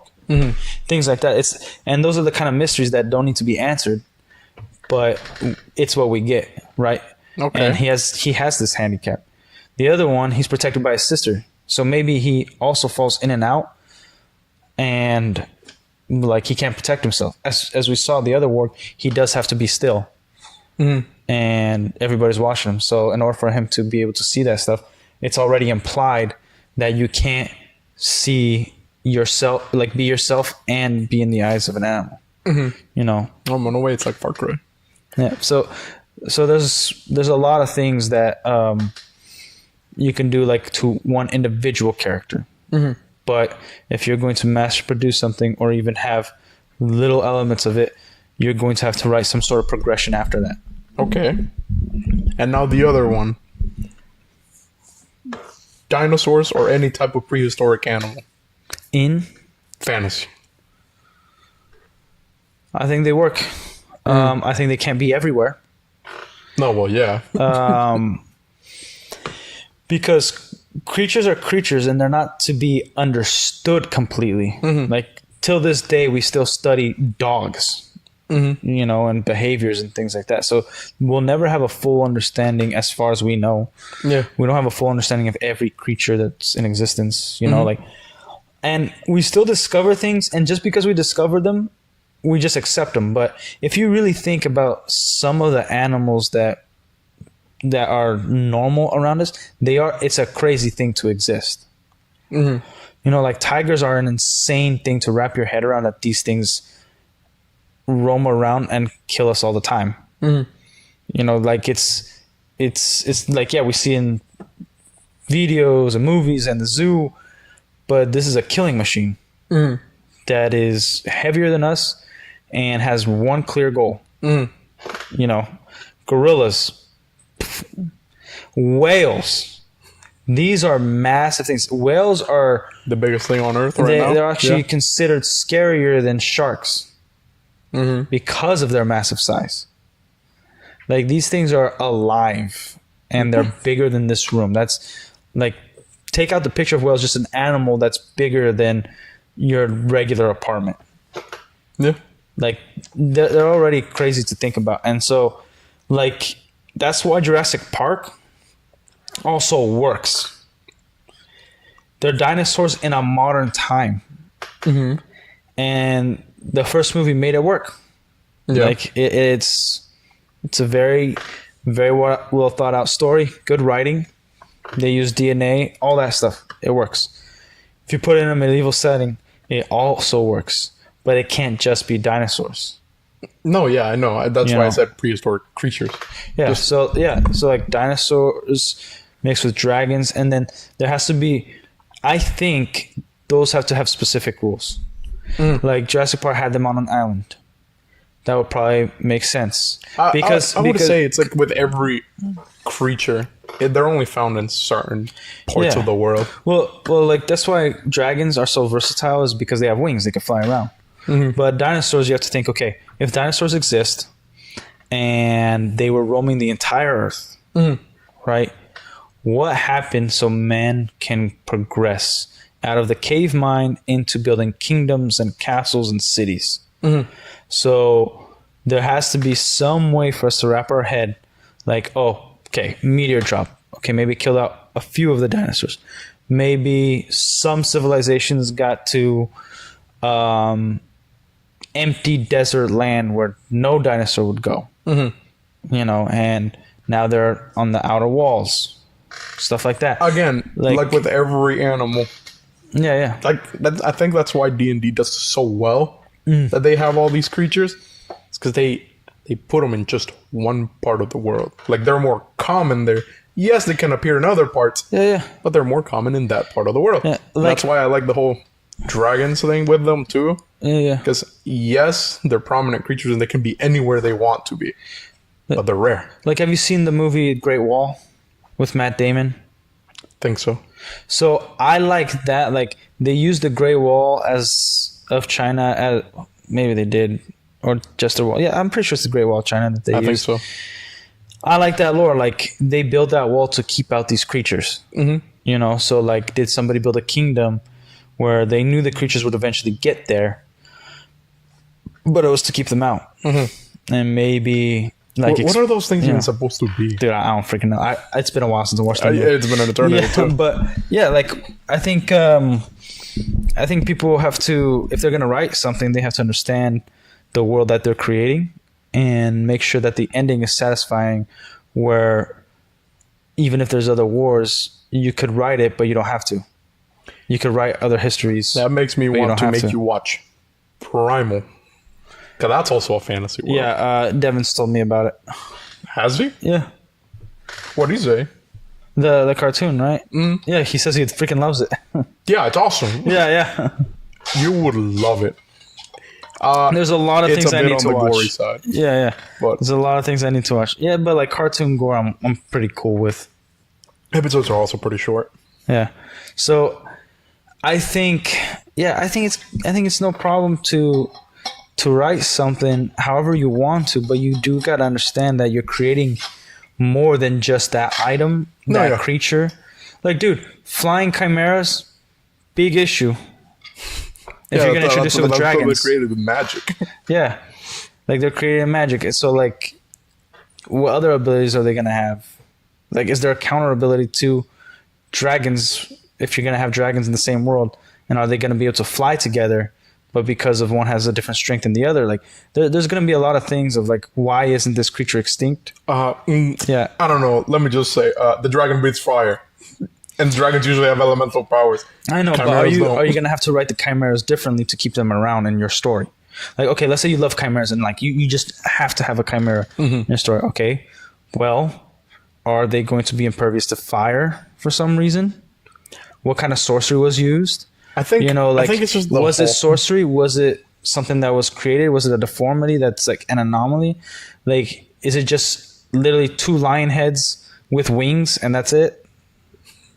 Like, what are you doing? Every time I hear chimera, I think of the usual like dragon wings, lion body, lion head, scorpion tail and whatever the hell. It's like goat feet in the back or something like that. That's what I think when I hear a chimera. Yeah, that's what I'm thinking too. But like, I'm saying like, yeah, Does it got like horns? Yeah, horns, the like devilish, like that, you know, stuff like that. Like, so you can write a bunch of lore. Like, okay, why does it have those horns? Maybe it's devil worship. Maybe it came from hell. Is it? I mean, usually. Yes. But I'm saying if you write one animal because you love it, you have to also write why it still exists, and maybe for yourself, but then to give the readers or the watchers, whatever you're developing, a line or some hint of like why this lives in the same world as this other thing. You know what I mean? I mean, I can see why a dinosaur would live alongside like a dragon or something. Like if you take the breath fact of a dragon, it's also just another big lizard. Yeah, like for instance, a dragon, they eat anything really. They can if they want to. But their meat is sheep. They like sheep. So then sheep are it's good writing because sheep are faster at reproduction than most creatures. Also, it makes sense why there's deer, wolves, and stuff like that because a dragon's usually looking for sheep. That's why farmers hate dragons because they're always attacking their farm. You feel me? So there's got to be a reason for other animals to be created because even your regular animals, bears and all that, why would they live in a world like Game of Thrones if dragons exist and dragons are somewhat wild? Yeah, they're probably targeting specific food. Yeah, hell, in Primal, there is no dragon yet, but the bears aren't regularly sized. Yeah. Oh, I was gonna tell you. Did you see the new Stegosaurus? The new Lego set. They have the Stegosaurus, and it's a really good mold. It's awesome. I don't know. I did miss out on the Anki though. Yeah, I think It's my favorite dinosaur. Oh, which one? The Ankylosaur. Don't know what that is. But yeah, you should. But the one with the big old tail. Yeah. Nice. Very Mine's nice. the Spinosaurus. Of course. How they butchered my boy with science. But yeah. But yeah, man, what were we talking about? Dinosaurs in media and fantasy. Yeah, they just have to Makes keep sense. writing it, you know. Like even like the T-Rex, like yeah, it eats anything, but it will only eat like a Stegosaurus when it's like weaker because It'll only eat bigger things because it needs to maintain. Well, also a T-Rex, as dumb as we make it to be, is somewhat intelligent, and he knows when he could lose a fight. You know, so he's not like that dinosaur. He doesn't always go after that one. Like, if anything, it's Like that's like full armor, and he knows he's gonna get screwed a little bit or a little hurt unless it's completely desperate. like if I find a village of humans, I'm going after that. Yeah, yeah. Yeah, Easy kills, boom. Get a little exercise in you. I guess. But like that, so you have to also write behaviors too, you know, and then the landscape and how that would work. Like what kind of, you know, it's like Ark. They have entire dossiers for every creature. yeah, you got, yeah, like if you're gonna write a world, like a story is a story. You can write a little story, you know, the prince saves the princess and they live happily ever after, and it's that contained, and there's implications, but it's that one-off story and that's it. But you're gonna write a world, something that's continuous, that new things are developed and new things come in, you know, in your contained story. Now you've created a world that needs to be explained. And so then you have side quests, side stories, side characters that also have other side characters but also fit into the plot, and it has to continue on that plot while other things are developing around it, so the world is happening. So it isn't just this plot is happening and the world is just waiting to see what happens. Like there's other things happening. You know, like that's what it did good. Like in Game of Thrones, the wall is a very important point to everything. Everybody understands that. Some people believe in it, some people don't. There's the Stark and Lannister war, right? and then there's other houses that don't really care, but they have to join. You know, there's the Iron Islands that they're hurt from past wars. You know, there's things happening and taking advantage of others, and also understanding that like there's other wars progressing that some don't know about. Yeah. Like all the men of the Night's Watch, they know pretty much everything that's happening, but nobody really knows what's happening over there. Mm-hmm. You know, like, but they also don't know what's happening with Daenerys. Yeah. Only King's Landing really knows that, and any other spies. So King's Landing, even Joffrey has heard already about the dragons.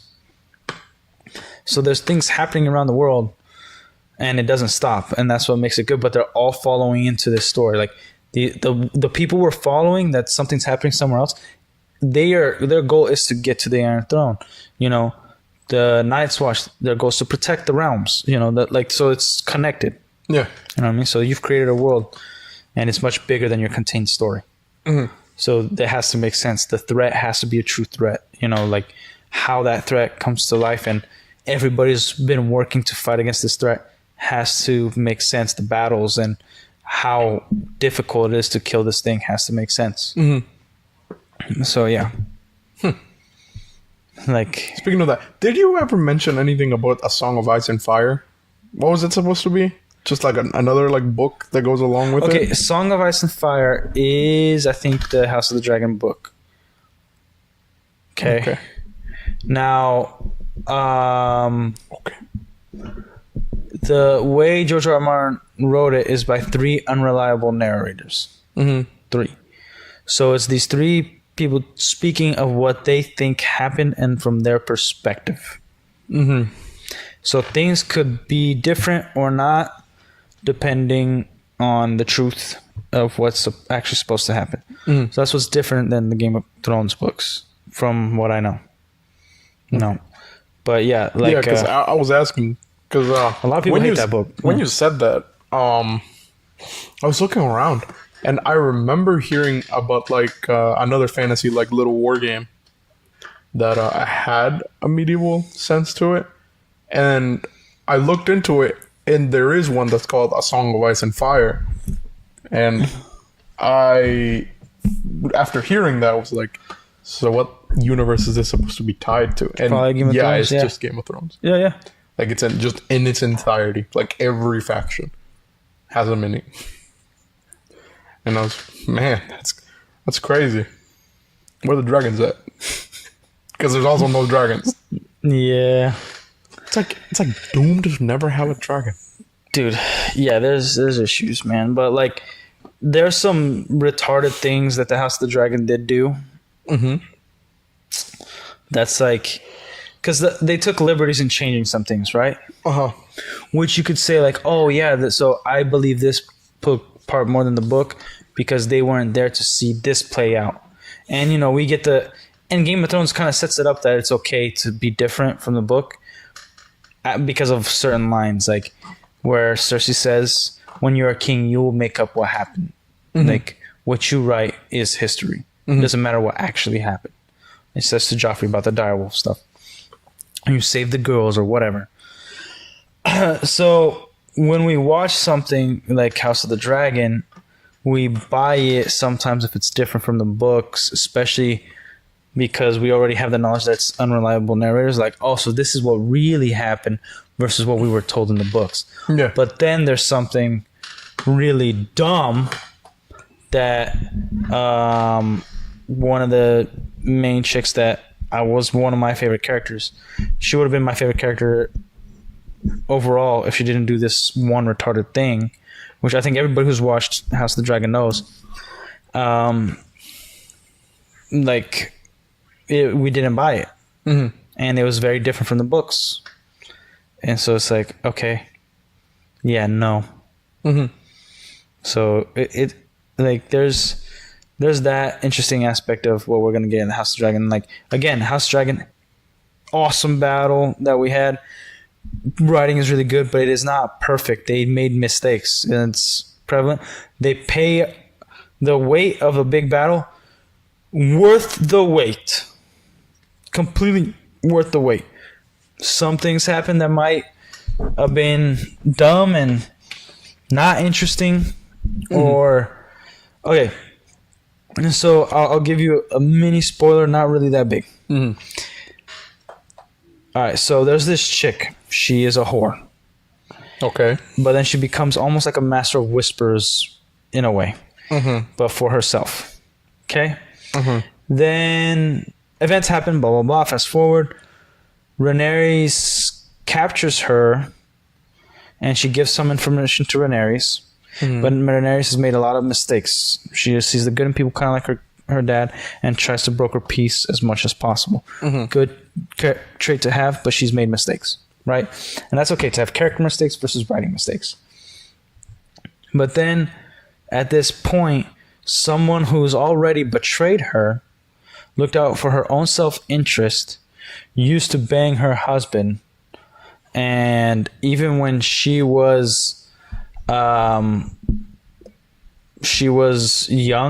Daemon, her current husband, used her as like a guinea pig to like marry somebody else, have a kid with her, to be the next heir.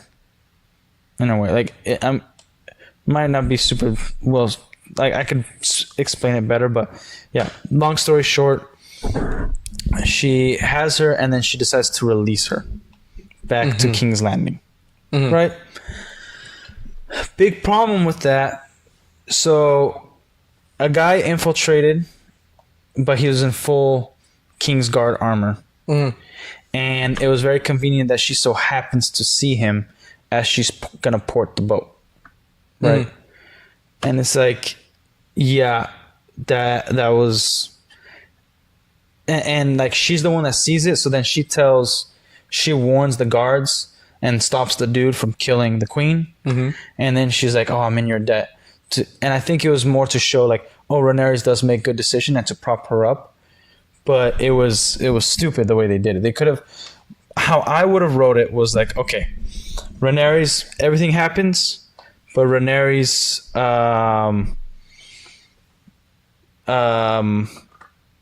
sends her like to the ship to go back to King's Landing, but she sends an assassin, right, to wait there, and she's supposed to go in alone, right? And the other people, and like somebody says like, oh, just hold on a second, and she's like wait behind, and then maybe she sees she's able to notice something by coincidence, you know, and then she like, hold up, maybe I actually forgot something, so then the assassin can't get to her, right? And it'd still be a more coincidence writing. It wouldn't be perfect. I'd have to think about it more. But then she goes back into the castle, and the things play out like they play out, and then she summons her, like, it looks like I'm indebted to you. Kind of same scene. But then after she leaves the room, it's like, you've proven your loyalty once again, blah, blah, leaves the room. Then the assassin comes in, is like, so my queen, are we still on? And then maybe she makes a decision. No, let's keep a close eye on her, but I want to see how much I can use her. Because then that would have been more intelligent. Instead of just like throwing a character and being like, look, I finally made a good decision, and like she was able to save me, and it was really stupid. You know, I think it was dumb. Like there was also like the end of the season where Vagar's writer, I'm terrible with names, Aemond or Aegon, I think it's, or Aemond. Okay, I think it's Aemond. He's the writer of Vhagar, the biggest dragon, and he feels remorse of what happened, or what he did in the last season, and you could see it through the acting. And then in the second season, he's laying with his, like, you could see that this dude needs a mom. They have the worst mom, which is the queen. He needs a mom, right? He's the middle brother. And he only has sex with one whore, his very first, that which is very apparent, you know. And he's laying there naked, talking to her. She just wants to bang him, right? and he's like giving out his feelings. Like, I did regret what happened and whatnot. And I understand what they were trying to do. They were trying to do like, to show that like this guy doesn't have a mom, and he's like attached to this woman who he also has sex with and is a whore. So like there's misplaced feelings. Yeah. Which I think they could have done better, but they also didn't need that dialogue because we already got it from the acting from the last episode of the first season. Like, we got it twice. It was a waste of a scene, and we could have gotten something else. You know what I mean? Yeah. So there's I think there's some things that we didn't need and some problems. Yeah. And like, it was beautiful acting too. Like, you saw it in his face, and he only has one eye, and you saw it in his eye that like this dude was remorseful. He can't believe what happened, and he's sad about it. He's quite upset about it and scared. Yeah. You know, because his dragon didn't listen to him. And so it's like, what the hell?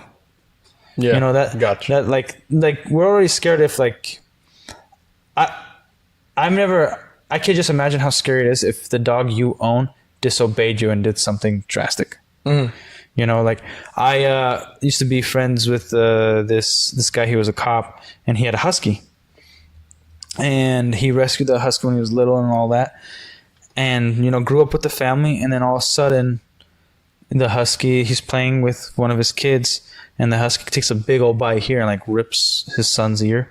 Who he's like 11, but still. Rips his son's ear and like gives him like a big old gash here.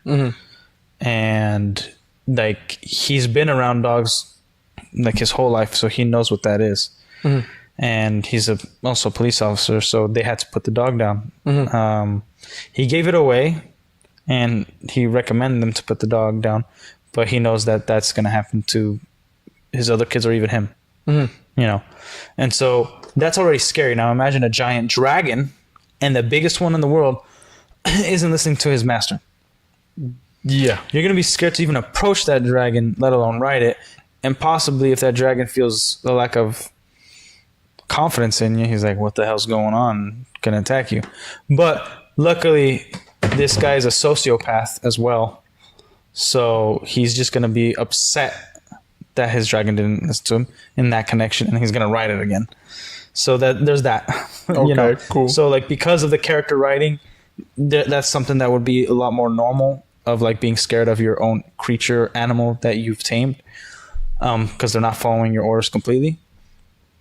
And if you're a sociopath or a psychopath, that emotion will be disregarded later, and you'll still be able to ride. You know, your intelligence will take over to be a little more cautious, but not your emotional state.